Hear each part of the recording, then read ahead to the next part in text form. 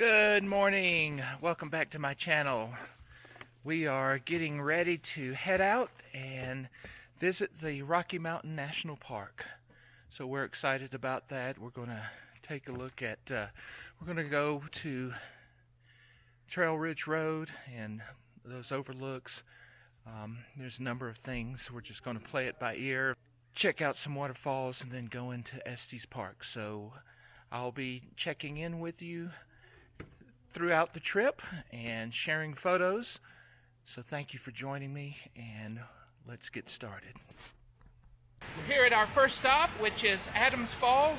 It's a beautiful fall that is cascading through a canyon. So I'm going to take a few photographs. One of the issues I have here is that there is a lot of light hitting the waterfall, but I'm going to see what I can do. Hopefully you can hear me over the water. So it's a beautiful waterfall. Now, because of the specular highlights, I'm having to put on a 6-stop neutral density filter on top of my polarizer, which makes it an 8-stop. That is giving me the ability to get that smooth look without all of the highlights being blown out. We interrupt this regularly scheduled program to bring you this important teaching moment. Sorry for the abrupt interruption, but I wanted to break away and from the video for just a moment and let you know that I had a big fail. In the video, I mentioned that I had to put on a 6-stop neutral density filter, and with my polarizer it made it like a 8-stop, and I had to do that because of the specular highlights, because it was really bright. It was at the beginning of the day, and normally I usually look at my camera through the rear monitor, and also have an external monitor, a larger one that I put on a lot as well. So I always keep a cap on the viewfinder. But being that it was so bright, I couldn't really keep the little cap on the viewfinder because I had to look through it to be able to see it. But there is one thing that I forgot, and that was to put that cap back on the viewfinder when I clicked the shutter. And as a result, light leak. I knew that. I knew it, but I guess I was so caught up with trying to get the photograph that I forgot to put the cap on. So that's one thing to remember. If you're going to be doing a long exposure, make sure that you put something on top of that, a cap, or if you've got a where you can automatically close it. But whatever you do, do that, because this light leak can ruin your photography. So let me go ahead and show you what I'm talking about. Well, let me go ahead and pull up the photograph,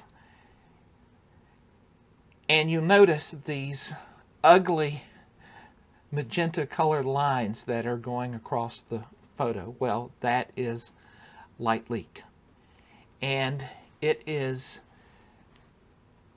nearly impossible to completely impossible to get rid of that, because you can't really do a clone and stamp because you don't have much in the rest of the photo that matches what the magenta streaks are going over. And you know, the content aware really won't work because it's covering such a large area, so it is nearly impossible to fix, and basically your photograph is ruined. But you can try to do something with it, which is what I did with this second photograph. So let me go ahead and bring that up. You'll notice the light streak of the light leak. So what I decided to do was to open it up in Photo Raw, which is what I'm in now. I don't use Photoshop, cc. But I converted it to the black and white, which removed the color, and then I placed a fog filter over it and tried to match the fog on both sides of the photo to be equal to how the streak does in this particular rock. And you can tell that it's still there, but it looks more like light on the lock, or the light on the rock, or just a different lighter color in the rock itself. Once I did that, then I transferred it to Luminar, and they have AI Enhance and AI Structure and some other filters in there that I fooled around with, and then finally I took it into Silver Effects. Now, this really isn't a look that I really like, and I probably wouldn't have done anything with this photograph and just sort of put it in the trash heap. But I wanted to at least try to see what I could do. So my advice is, don't forget to put that cap on or close that viewfinder when you're doing a long exposure. So I hope this was helpful seeing my fail. So let's go ahead and return to our regularly scheduled program.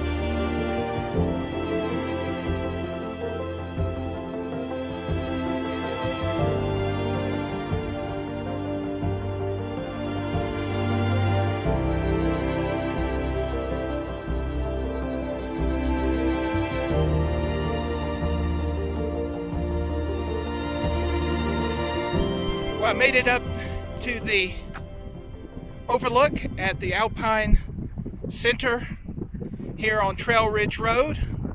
I don't know if you can hear me or not because it's real windy, but it is stunning up here. It's the first time I've been up here. I've been on part of the Trail Ridge Road the last time I was here. We're at 12,095 feet. I'm going to take a few photographs, but there really isn't any foreground interest, so I'm probably going to do a panorama.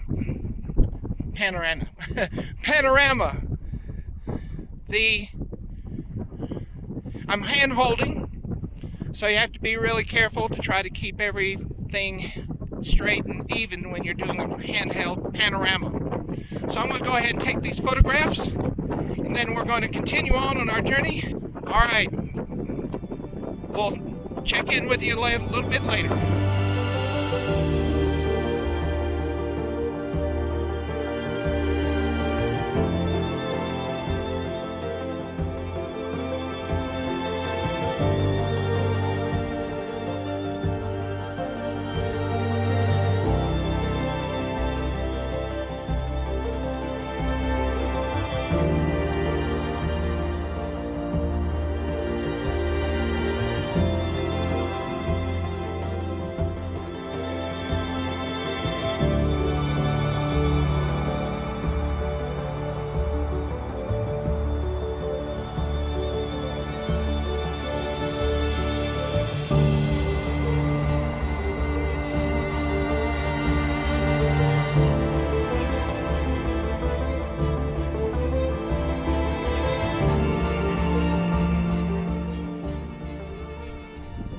Still on our journey on Trail Ridge Road. We've been stopping at overlooks. We've seen elk, we've seen marmots, pecas.